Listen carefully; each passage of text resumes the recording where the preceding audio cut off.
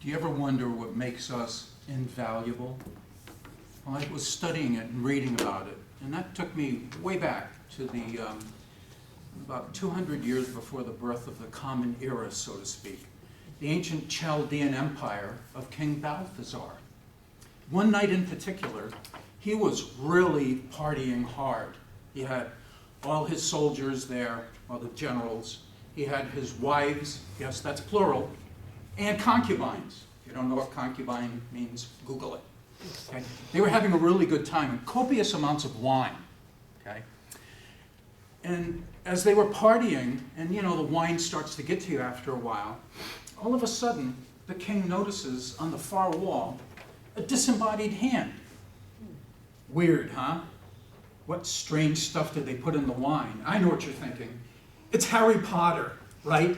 He was wearing his cloak of invisibility, and it slipped down to his wrist, and you could see his hand up there.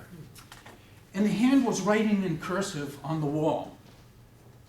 And it was writing in a color that was like it was a acetylene torch type color. And even though the king couldn't understand it, because like children today, he didn't know how to read cursive, it still somehow affected his conscience. And so immediately, he asked one of his lieutenants to go out and hire one of the local prophets to come and translate what it was on the wall. So the prophet comes in, and he translates it, and he says to the king, "You have been weighed in the balance, and have been found wanting. Thou hast been weighed in the balance, and hast been found wanting." Now, has anybody ever said that to you? Has a parent ever said that to you? Have you ever given a speech at Toastmasters and the evaluator got up and said, "Aha, you were found wanting"? No, probably not. Maybe a teacher did at some time. But I was really interested in this particular thing because the king did not get a chance to do a redo. Okay? In other words, he wasn't being evaluated. He was judging. He was being judged, and the judgment was final. And so I read more about the party itself, and what was happening was that the king had drank copious amounts of wine. He was losing his taste, and he thought, a bit raspy. I wonder if we drink it out of the sacred chalices that we've just plundered from the temple in Jerusalem, if it would taste any better. So he tries it. Maybe a little bit better, not much. And I don't find that a reason to condemn somebody. So I read further.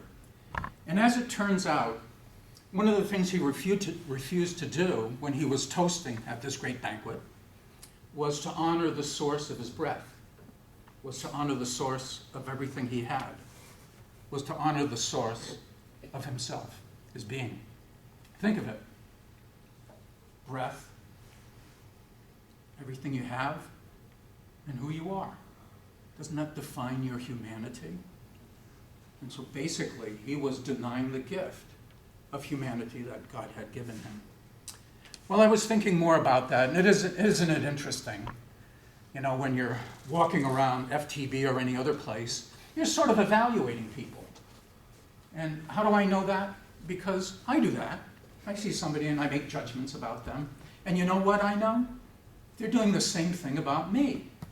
And I can't remember the last time I went around and was saying, gee, I wonder what's invaluable about that person. I wish I could really find out.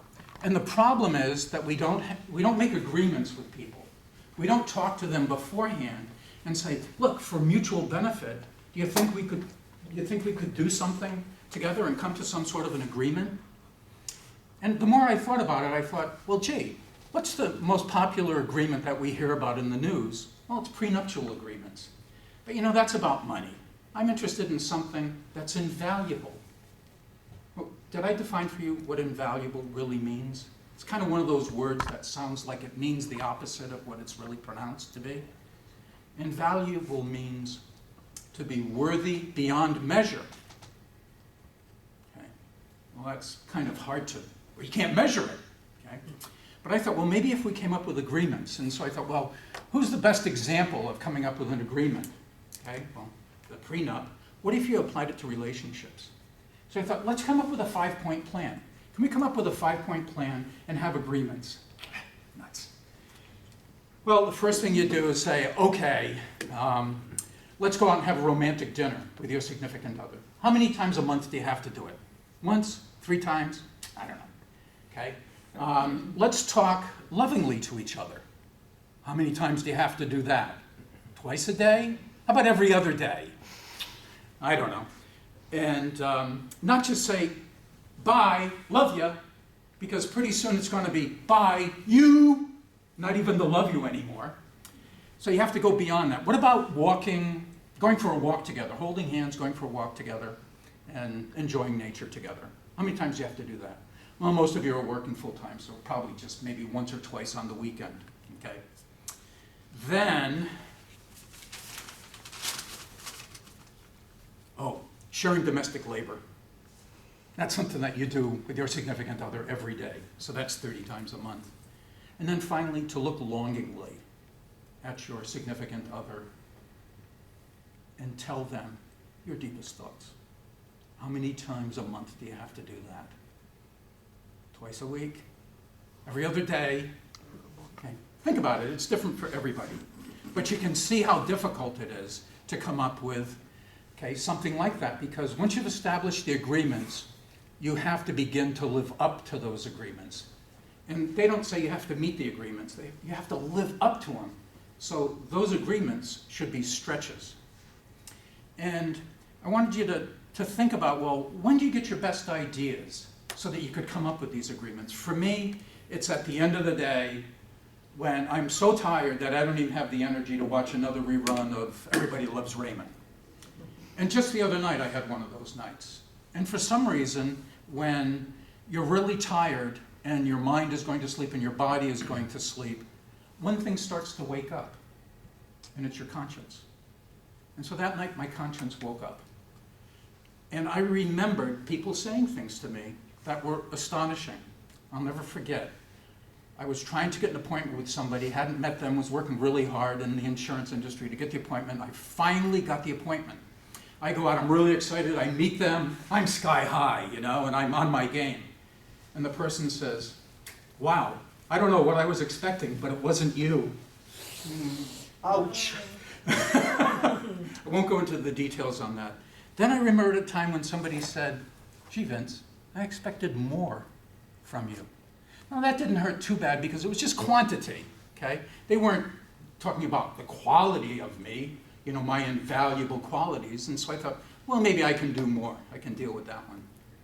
But then there was a time when somebody said to me, Vince, I thought you were better than that. Now that really hurt, because that was a statement about my character. Think of what those things feel like when somebody is making a judgment about you. But also think about those things when you're making that judgment about somebody else. So tonight, when your conscience is waking up and all the rest of you is falling asleep, think about these things. Think about, okay, is there someone out there that I've forgotten, that I've slighted, that I've been indifferent to? And think about that person. And if the next morning you get up, that would be tomorrow morning if you did that tonight, send them a message. Whatever your preference is. Whether it's an email, send them an email of thanks. Send them a letter, a card. If you've got one, send them a disembodied hand. But just something so that you leave word and they know that insofar as your scale, your balance is concerned, that they've been found invaluable to you. Thank you, Toastmasters.